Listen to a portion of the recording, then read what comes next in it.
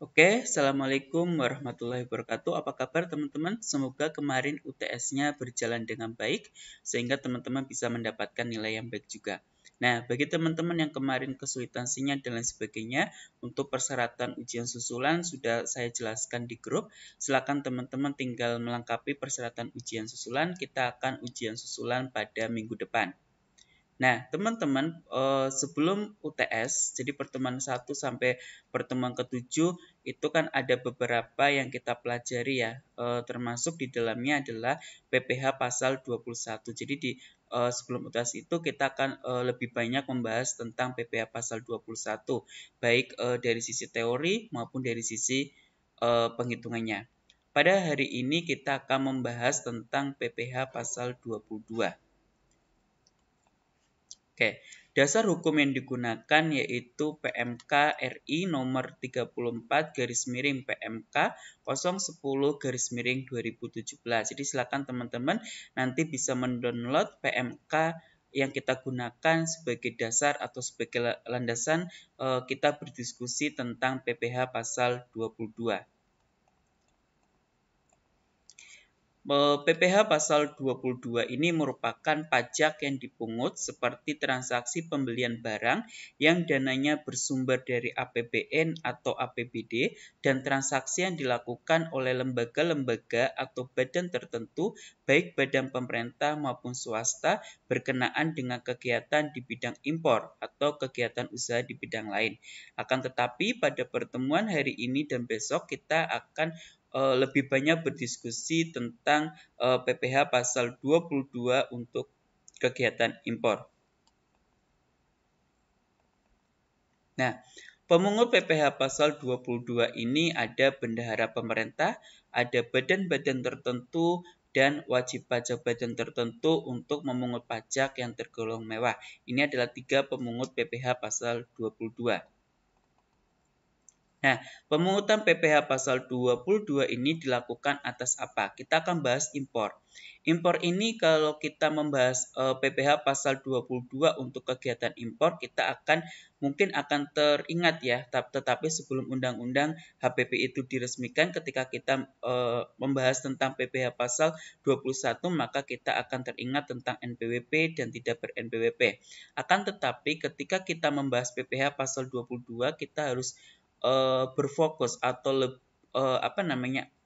atau tidak asing lagi nanti dengan kata api dan non api. Tapi teman-teman yang perlu teman-teman tahu di sini adalah non api ini atau api ini bukan suatu yang menyebabkan kebakaran, tetapi api ini adalah angka pengenal impor. Jadi nanti ada importir yang memiliki api dan yang tidak memiliki api. Nah, ketika melakukan impor dan importir itu memiliki api, maka tarifnya adalah 2,5% dari nilai impor, kecuali atas impor kedelai, gandum, dan tepung terigu, itu 0,5%. Akan tetapi ketika tidak memiliki api, maka tarifnya jadi 7,5% dari nilai impor. Berbeda ya teman-teman, kalau dia memiliki api atau angka pengenal impor, maka tarifnya 2,5%, sedangkan ketika dia tidak memiliki api, maka tarifnya menjadi 7,5%. Yang tidak dikuasai itu tarifnya 7,5% dari harga lelang atau 7,5% dari harga jual lelang. Nah, yang perlu teman-teman ingat, nilai impor ini itu adalah dari CIF plus bea masuk plus pungutan lainnya. Apa itu CIF? CIF adalah C-nya itu adalah cost, biaya. Atau kalau kita impor kita dikenakan nilai impornya itu C, cost, biayanya. I-nya itu adalah insurans atau asuransi, dan F-nya ini adalah beban angkut. Jadi nanti kalau nilai impor itu didapat dari mana? Itu dari cost, ditambah asuransi, ditambah beban angkut, ditambah bea masuk, dan ditambah pungutan lainnya.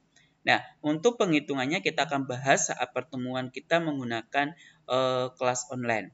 Yang teman-teman perlu tahu adalah ketika dia punya api maka tarifnya 2,5%, sedangkan ketika tidak memiliki api tarifnya itu 7,5%. Dan nilai impor ini didapat dari CIF plus bea masuk plus pungutan lainnya.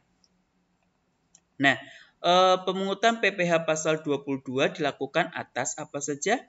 Pembelian barang yang memungutnya pajaknya bendahara pemerintah. Jadi pembelian barang yang pemungutnya adalah bendahara pemerintah itu adalah 1,5% dari harga pembelian. Oke, penjualan bahan bakar minyak, gas, dan pelumas oleh produsen atau importir bahan bakar minyak, gas, dan pelumas sebagai berikut.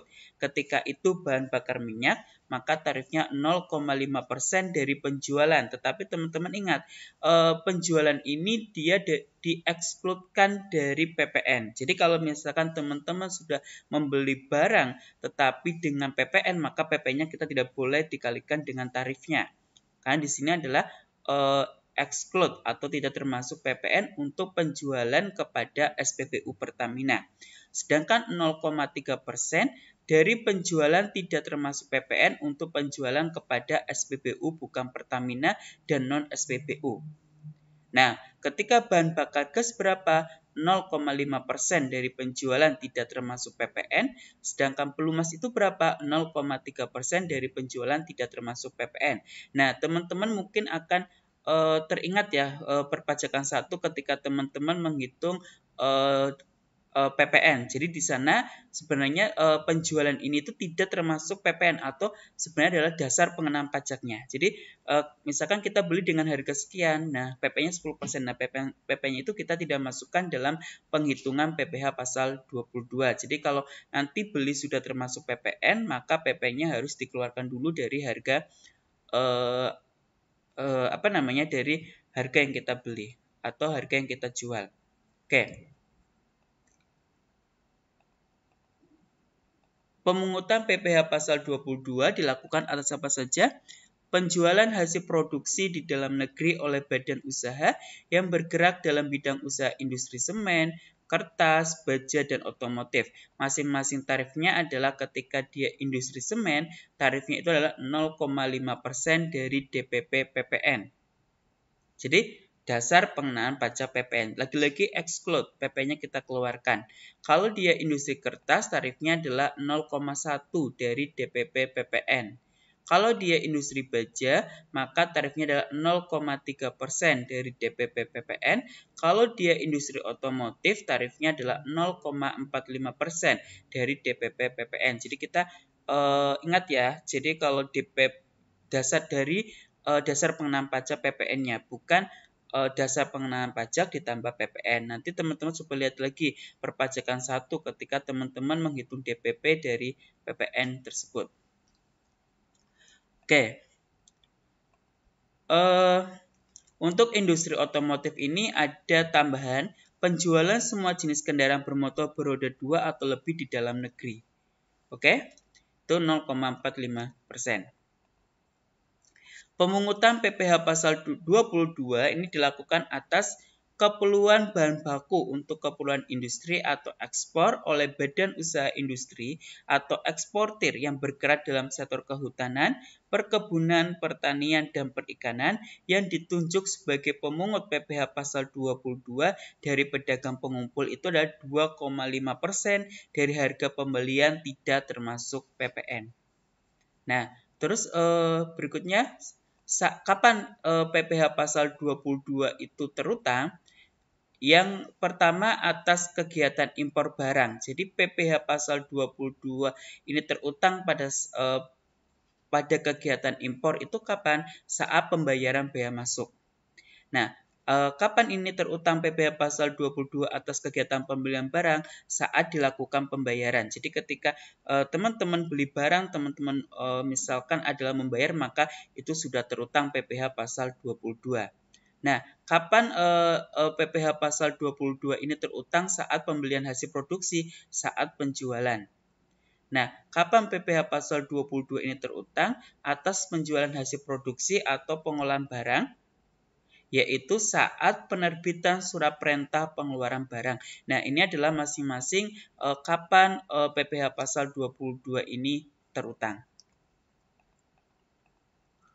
Tarif pajak bagi wajib pajak yang tidak ber-NPWP. Jadi tadi kita punya API dan non-API, tetapi ketika wajib pajak itu tidak punya NPWP dan ya, jadi ada wajib pajak yang memiliki NPWP dan wajib pajak yang tidak memiliki NPWP.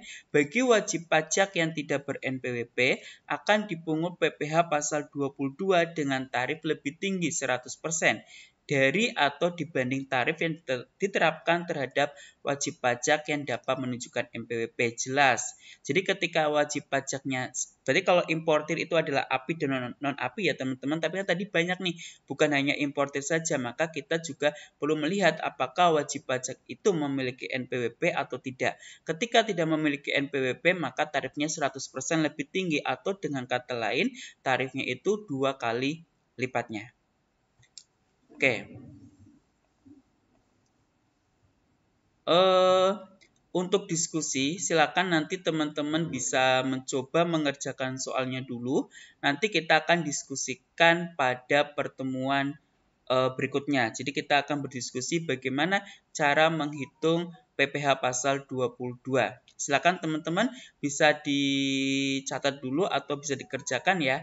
PT CBA berkedudukan di DIY menjadi pemasok alat-alat tulis kantor bagi Dinas Pendidikan Kota Yogyakarta. Pada tanggal 1 Oktober 2016, PT CBA melakukan penyerahan barang kena pajak dengan nilai kontrak sebesar 22 juta. Nilai sudah termasuk PPN. Nah, silakan teman-teman nanti bisa menjawabnya, kita akan diskusikan di minggu depan.